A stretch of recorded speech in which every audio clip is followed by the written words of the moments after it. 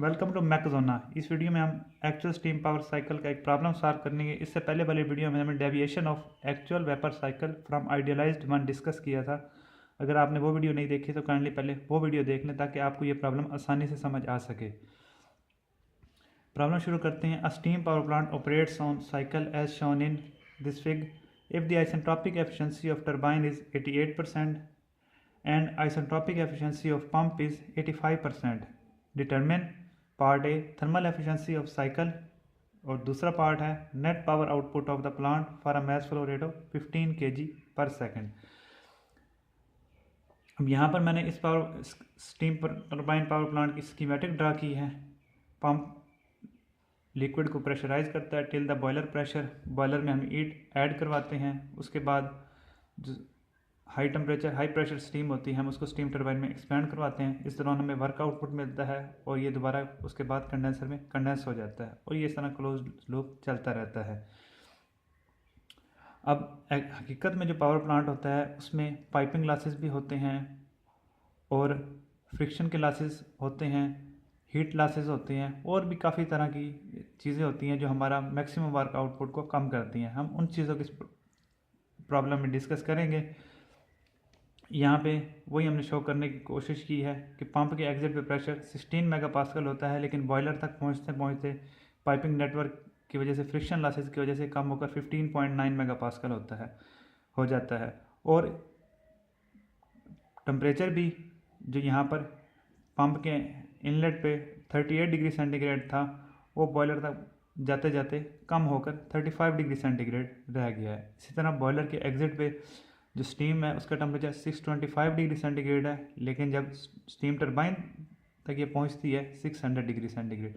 तो दरमियान में पाइपिंग की वजह से कुछ ना कुछ हीट लॉसेस हो जाते हैं। प्रॉब्लम शुरू करते हैं। यहाँ पे मुझे दिया गया है कि isentropic efficiency of turbine is 88% and the isentropic efficiency of pump is 85%।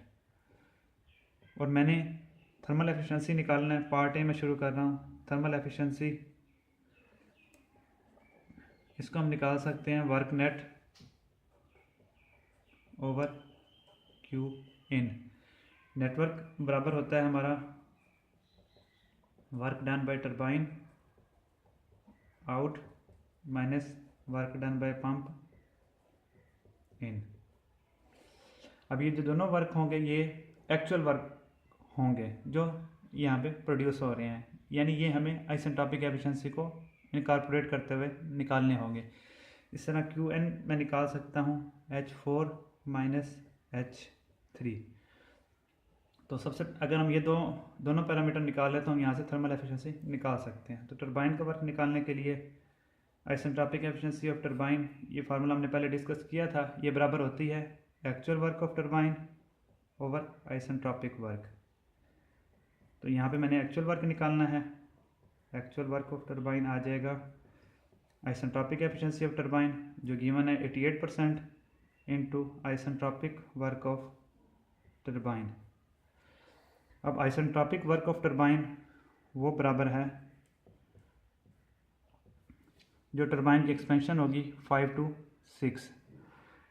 दोस्तों इसी स्कीमेटिक को मैंने यहाँ पर टीएस डायग्राम के ऊपर शो करने की कोशिश की है। तो ये शुरू वाला थोड़ा सा हिस्सा मैंने शो किया है।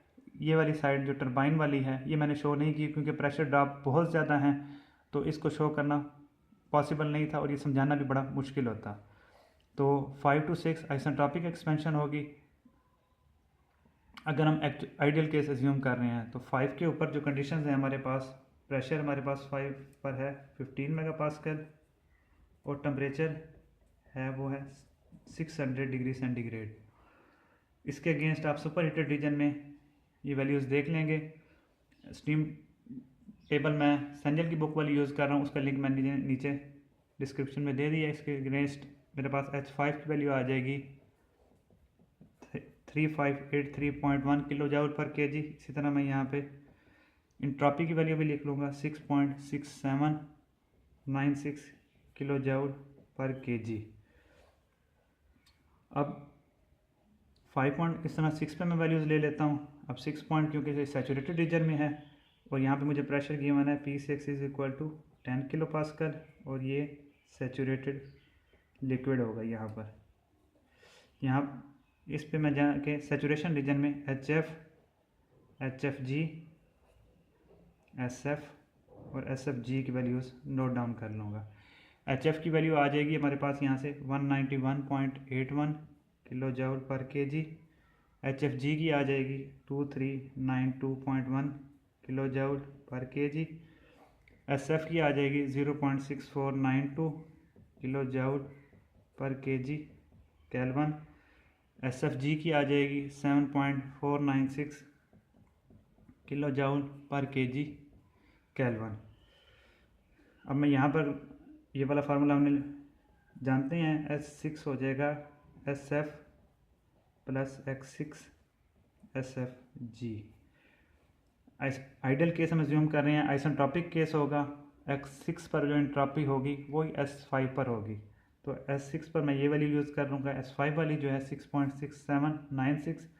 SF मेरे पास ये मौजूद है और SFG ये मौजूद है। यहाँ से मैं क्वालिटी एट 0.6 निकाल लूँगा, ये आ जाएगी 0.804।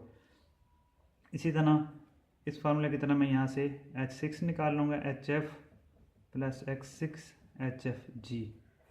HFG की मैं ये वैल्यू यूज़ कर लूँगा 2392.1 किलो जूल पर केजी और HF की ये वैल्यू 191.81। तो यहाँ से मेरे पास H6S की वैल्यू आ जाएगी 2115.1 किलो जूल पर केजी। आइसेंट्रोपिक वर्क बराबर होगा H5 minus H6S, H5 minus H6X। इसका आंसर हमारे पास आ जाएगा, एक्चुअल वर्क ऑफ टरबाइन आ जाएगा हमारे पास,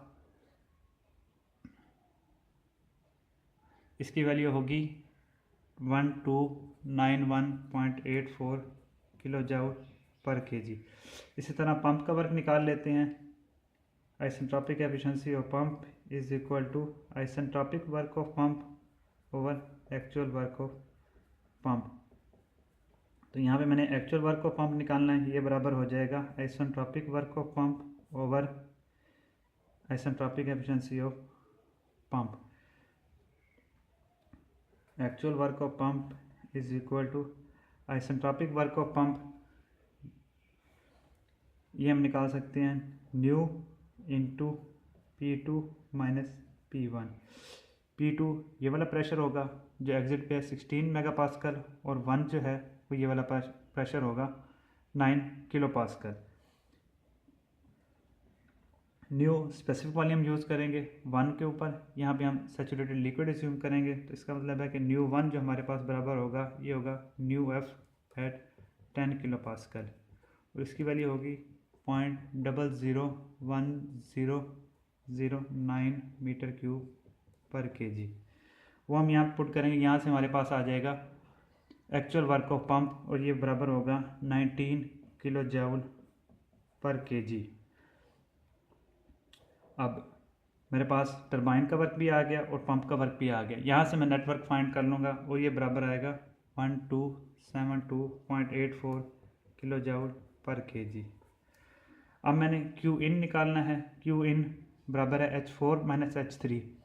H4 की कंडीशन है मेरे पास 15.2 मेगा पास्कल और 625 डिग्री सेंटीग्रेड। अब ये सुपर हीटेड रीजन में जाके आप ये वैल्यूज़ देख लेंगे। H4 हमारे पास आ जाएगा 3647.6 किलो जूल पर केजी। इसी तरह 3 पर कंडीशन 15.9 मेगा पास्कल और 35 डिग्री सेंटीग्रेड, ये मैंने यहाँ पर शो किया हुआ है।